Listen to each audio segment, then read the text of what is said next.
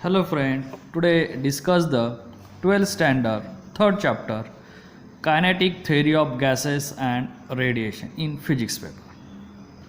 First, discuss the physical quantity, symbol and SI units in this chapter. The first physical quantity is pressure. Pressure is symbol P and SI unit is Newton per meter square. This symbol discuss in mechanical properties of fluid. Same symbol, same unit. Second, universal gas constant. Symbol is capital R and value of universal gas constant is 8.314 unit joule per Kelvin mole. Here K for Kelvin. Density of gas is unit is symbol rho and unit is kg per meter cube. Third, again constant value, Boltzmann constant. Symbol is Kb. Value is 1.38 into 10 raised to minus 23 joule per Kelvin. Next, radiant heat. Symbol is capital Q. Radiant heat absorbed. Symbol is Q. Absorbed for A. Radiant heat reflected. Heat symbol is Q and reflected symbol is R. And radiant heat transmitted, symbol is Q and transmitted for T. All four physical quantity it's same SI unit joule because all physical quantities related to the heat. Heat is the unit is joule or kilocalories.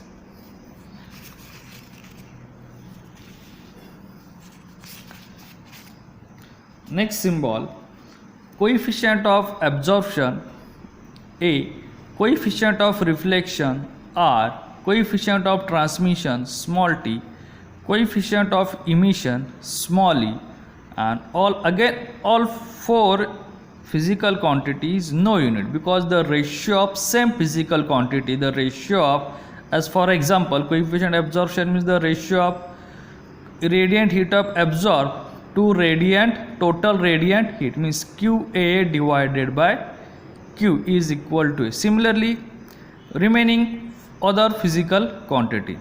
Next is important, emissive power. Emissive power symbol is E or R. E or R. And SI unit joule meter square per second and power measure in watt means therefore joule per second is equal to watt means second unit is watt per meter square. Next is Wien's constant. Symbol is capital V and value is 2.88 into 10 raised to minus 3 meter Kelvin. Stephen's constant. Symbol is sigma and unit is 5.67 into 10 raised to minus 8 unit joule per meter square second Kelvin raised to 4 or joule per second means watt meter square Kelvin raised to 4. Next, absolute temperature of body T, surrounding temperature of body T0 or T1 is depending by symbol. Both the SI unit is same, temperature measure in Kelvin. And next, Avogadro's number. Avogadro's number is the constant number. Symbol is N0 or Na. And value is 6.023 into 10 raised to 23 molecule per mole म्हणजे एका मोलमध्ये 6.023 into 10 raise to 23 molecule present असतात. जसं एका डझनमध्ये 12 केळी असतात त्याप्रमाणे एका मोलमध्ये एवढे मॉलिक्यूल त्यामध्ये काय असतात प्रेझेंट असतात. Avogadro's number.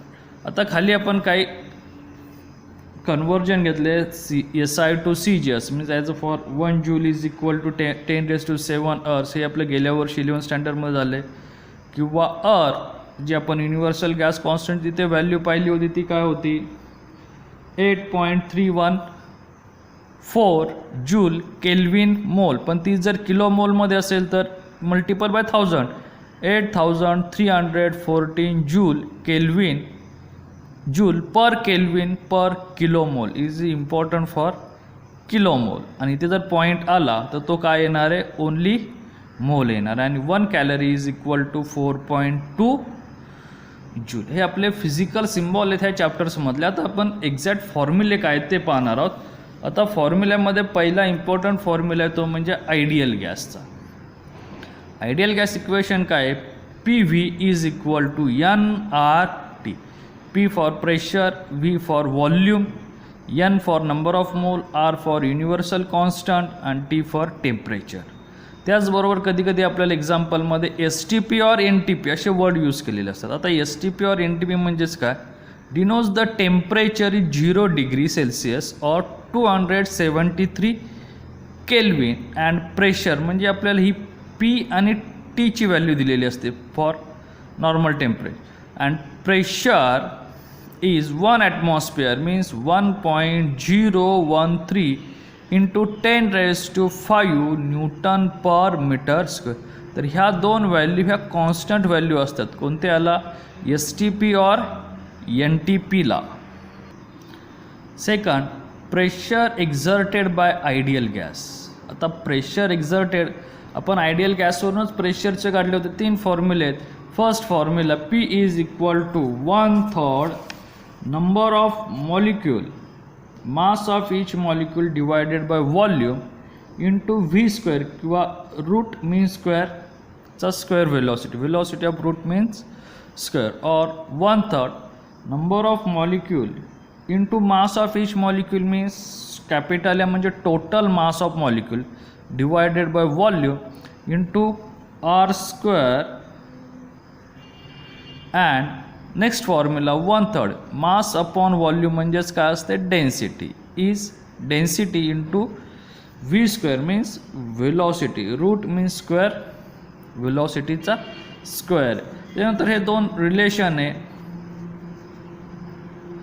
Related between root means square velocity is equal to under root 3RT divided by Avogadro's number into mass of each molecule. हा फॉर्म्युला फक्त कन्वर्ट केला. इकडे V शिफ्ट केला तर PV is equal to NRT होतं त्यातला RT put केला. Small n divided by capital N म्हणजेच 1/N0 किंवा तुम्ही तिथे त्याला कॉन्स्टंट ऑफ ॲव्होगॅड्रोज नंबर म्हणू शकता किंवा N is equal to small n is equal to N divided by N0 असं हे सिम्पल रिलेशन आहे. तर त्या रिलेशननी आपलं काय येतं हा नंबर येतो फॉर ॲव्होगॅड्रोज नंबर आणि R डिवायडेड बाय N0 किंवा ॲव्होगॅड्रोज नंबर मीन्स बोल्ट्झमॅन कॉन्स्टंट. असे 3 रिलेशन. आणि दुसरा आपला सिम्पल फॉर्म्युला आहे तो म्हणजे VRMS म्हणजे ह्या फॉर्म्युल्यावरून आलेला VRMS इज इक्वल टू 3 इकडे मल्टिपल केलं 3P आणि डेन्सिटी डिवाइड केलं under root 3P divided by density. असे आपले 3 फॉर्म्युले आहेत रूट मीन्स स्क्वेअर व्हेलॉसिटीचे. Next formula degree of freedom. आता डिग्री ऑफ फ्रीडम्समध्ये आपल्याला काय काय लागणार आहे तर डिग्री ऑफ फ्रीडम्समध्ये आपल्याला लागणार सर्वात पहिल्यांदा मेयर्स रिलेशन. आता मेयर्स रिलेशन काय आहे तर CP minus CV is equal to CP म्हणजे molar specific heat at a constant pressure आणि CV म्हणजे molar specific heat at a constant volume. त्यांचा डिफरन्स हा युनिव्हर्सल गॅस एवढा असतो युनिव्हर्सल गॅस कॉन्स्टंट एवढा असतो. CVचा फॉर्म्युला काय F divided by 2. F means degree of freedom into universal gas constant. तर CPचा फॉर्म्युला काय होणार आहे F divided by 2 plus 1 into R हा झाला आपला CPचा. आणि constant the ratio of specific heat at a constant pressure divided by constant volume is adiabatic constant और गॅमा ही युनिटलेस क्वांटिटी आहे. तर CP डिवायडेड बाय CV हा जो degree of freedom it is depends by the monoatomic diatomic for rigid and non rigid and polyatomics linear and non linear number.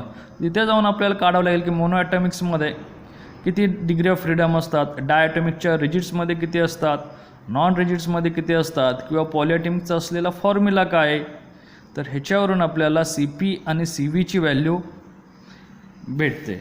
आता kinetic energy of ideal gas किंवा law of इक्विपार्टेशनचं इथे relation येतं. तर kinetic energy of an ideal gas काय, kinetic energy per molecule is equal to 3/2 KBT म्हणजे Boltzmann constant into T for temperature.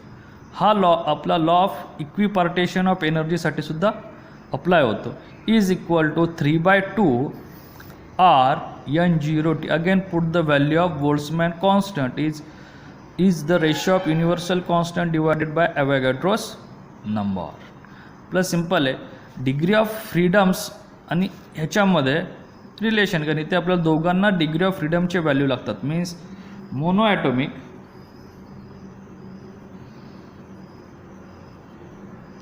Degree of freedom 3 आहे, diatomic जर rigid body असेल तर 5, नॉन रिजिड बॉडी असेल तर 7 अँड पॉलिॲटॉमिकसाठी आपण स्टँडर्ड फॉर्म्युला लिहितो 3 + EF.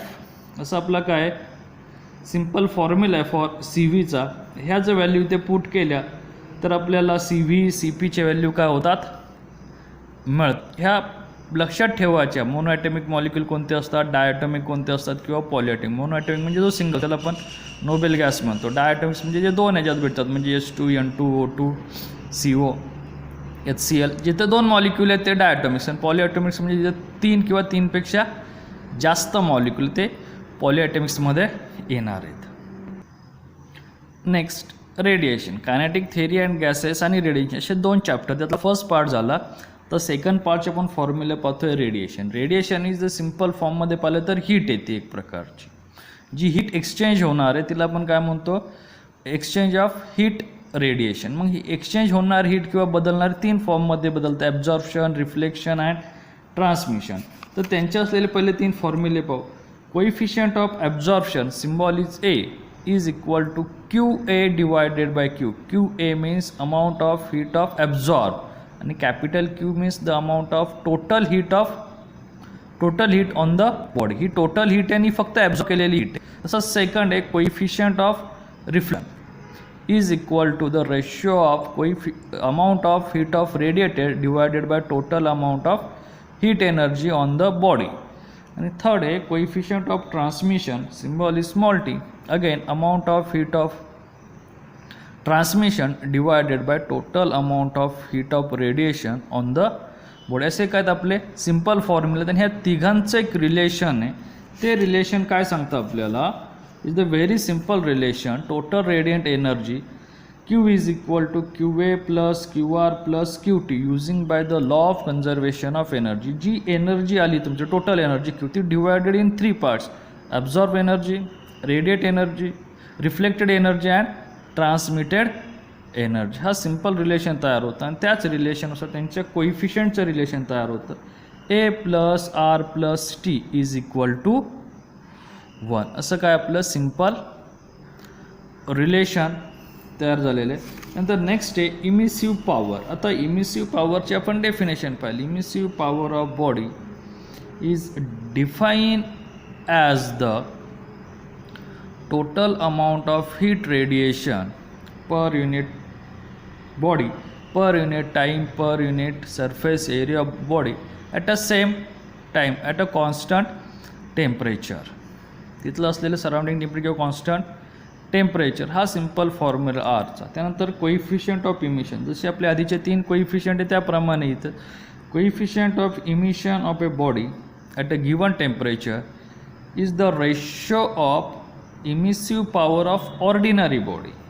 ते सिम्बॉल आपण R0 दिलं तरी चालेल. Means ordinary body divided by emissive power of black body at a same temperature. असं आपला सिम्पल फॉर्म्युला. ह्या दोघांमध्ये असलेलं टेम्परेचर आपण काय घेतो आहे कॉन्स्टंट कन्सिडर करतो. म्हणजे त्या बॉडीवरती अप्लाय झालेलं टेम्परेचर हे सेम आहे. त्यानंतर नेक्स्ट आहे Wiens displacement law. Wiens displacement law, lambda m is b divided by t.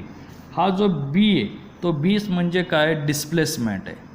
Wins तो कॉन्स्टंट असतो, म्हणजे b is equal to wavelength into temperature. जो सिंपल लॅम्बडा फॉर वेवलेंथ आणि टी फॉर टेम्परेचर. ही Wien's कॉन्स्टंटची value constant आहे, 2.88 into 10⁻³ metre kelvin. The simple formula आहे Wien's displacement law, किंवा याला विन्स डिस्टन्ससुद्धा म्हणतात, कॉन्स्टंट लॅम्बडा यम into T. Next, Stefan's Boltzmann's law. The Stefan's Boltzmann's law is the very depend by it is depend by emissive power and temperature. It is the constant is the Stefan's constant. The emissive power is directly proportional to the fourth power of temperature for a perfectly black body, and is the converted by heat radiant on perfectly black body is equal to the formula पण R शी जर compare केला तर sigma A(T⁴ into small T, कारण की आपला आरचा formula काय, R is equal to Q divided by AT. Simple आहे. मग Q आरचं जर रिलेशन आपण इथे जर पुट केलं Q डिवायडेड बाय AT, तर हा A आणि टीकडे काय होणार आहे, मल्टिपल होणार आहे, sigma T⁴ same for a perfectly black body. For a ordinary black body असेल तर ordinary black body is emissive power is depended by the coefficient of emission किंवा कोइफिशियंट ऑफ इमिसिव्हिटी. कारण की ऑर्डिनरी ब्लॅक बॉडीमध्ये ईची value काहीतरी असते, पण परफेक्टली ब्लॅक बॉडीमध्ये ई इज इक्वल टू 1 आहे. त्यामुळे तो इथे आपण नोट डाऊन करत नाही, पण ऑर्डिनरी बॉडीमध्ये आपल्याला ई लिहावा लागतो. Means E is equal to sigma T⁴ for ordinary body, means Q is equal to E sigma A(T⁴ divided by T. ह्या दोन्ही फॉर्म्युले सारखेच आहेत, फक्त ऑर्डिनरीमध्ये ईची व्हॅल्यू म्हणजे कोइफिशियंट ऑफ इमिशनची व्हॅल्यू आहे, आणि परफेक्टली ब्लॅक बॉडीमध्ये कोइफिशियंट ऑफ इमिशनची value E is equal to 1 असल्यामुळे तिथे आपण तो ई नोट डाऊन करत नाही. Next, by ordinary body rate of loss of heat. आता rate of loss of heat म्हणजेच काय, heat the change in heat per unit time. मग हीट पर युनिट टाईम म्हणजेच एनर्जी पर युनिट टाईम म्हणजेच काय असतो, पॉवर. आपला simple formula किंवा work upon time is equal to power. मग चेंज इन हीट हा फॉर्म्युला आपण घेऊ, ई सिग्मा ए. दोन बॉडी आता चेंज होणार, लॉस होण्यासाठी टेम्परेचरमध्ये चेंज होणार, आपण इथे दोन टेम्परेचर घेतले, फायनल आणि T0 मीन्स सराउंडिंग किंवा initial. With respect to time differentiation केलं, मॅथमॅटिकल टर्म्स आहे. जर डिफरेन्शिएशन केल्यानंतर आपलं काय येणार आहे, 1 येणार आहे. तर पुढे बाय परफेक्टली ब्लॅक बॉडी. आता परफेक्टली ब्लॅक बॉडी असेल तर ह्या ईची व्हॅल्यू काय येणार आहे, 1 येणार आहे. म्हणजे राहिलेलं काय, सिग्मा आणि A. Same formula, sigma A(T⁴ minus T⁴. Rate of loss of heat of by perfectly black body. And last formula आहे the ratio of rate of emission by black body at different temperature. तर तो simple formula येतो, sigma A cancel होणार आहे कारण की both the same area आणि same Stefan constant value. It is remaining by the ratio of fourth power of temperature first and second, and the ratio of rate of loss of heat bye black body at a 2 different temperature in cold surrounding temperature is T0. इथे आपण surrounding temperature consider केलं नाही, पण इथे आपल्याला surrounding temperature जर consider केलं तर तो डिफरन्सचा रेशिओ असेल. म्हणजे fourth power T⁴ minus T⁴, म्हणजे त्या टेम्परेचरची फोर्थ पॉवर घेऊन त्यातून सराउंडिंग टेम्परेचरच्या फोर्थ पॉवरचं सबट्रॅक्शनचा हा काय असेल, रेशिओ असेल. मॅक्झिमम ह्या दोन फॉर्म्युल्यावरती आपल्याला एक्झाम्पल असतात. ह्या फॉर्म्युल्यावरती 1 मार्क MCQची रिलेटेड एक्झाम्पल असतात, आणि ह्या फॉर्म्युल्यावरती 3 मार्क to 4 मार्क एक्झाम्पल आपल्याला रिलेशनला येतात. असं आपले simple kinetic theory of gases and रेडिएशनचे फॉर्म्युले आहेत.